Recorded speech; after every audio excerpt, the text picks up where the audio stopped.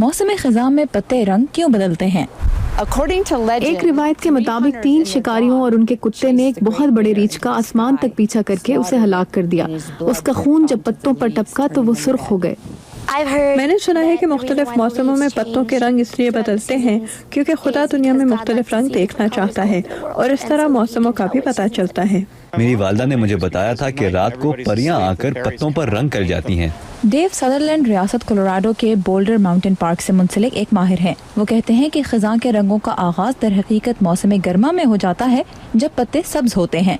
इसकी वजह उनमें मौजूद क्लोरोफिल नामी कीमियाई मादा है जिसके जरिए वो सूरज की रोशनी और फिजा में मौजूद कार्बन डाइऑक्साइड को ग़िज़ा में तब्दील करते हैं। लेकिन सदरलैंड कहते हैं कि क्लोरोफिल में एक और राज भी छुपा है। क्लोरोफिल का रंग जर्द होता है और ये पत्तों के सब्ज गिलाफ में पोशीदा रहता है, लेकिन जब क्लोरोफिल में तोड़ फोड़ होती है तो फिर पत्ते का असल जर्द रंग नजर आने लगता है। और यही जर्द रंग पत्ते को सूरज की रोशनी से मजीद कुछ अरसे तक तवानाई हासिल करने में मदद देता है। लेकिन पत्तों के सुर्ख रंग की वजह एक और कीमियाई मादा है जिसका नाम है एंथोसायानिन। लेकिन पत्तों में ये मादा मौसम गर्मा में नहीं, सिर्फ खिज़ां के दौरान पैदा होता है।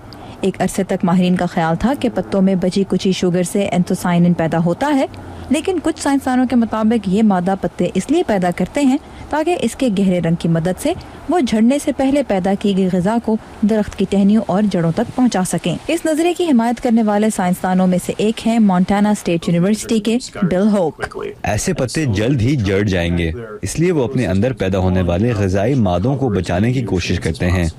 होक कहते हैं कि पत्तों में मौजूद जर्द मादा भी न सिर्फ खिज़ां बल्कि पूरा साल उनके तहफ़्फ़ुज़ में अहम किरदार अदा करता है। पत्तों के रंगों के पीछे कार फरमा साइंस को समझने के लिए बहुत वक्त दरकार है, लेकिन अमेरिका में इनकी खूबसूरती से लुत्फ़अंदोज़ होने के लिए वक्त काफ़ी कम रह गया है और इसीलिए बहुत से लोग इन दिनों घर से निकलकर इस खूबसूरती का लुत्फ़ उठा रहे हैं।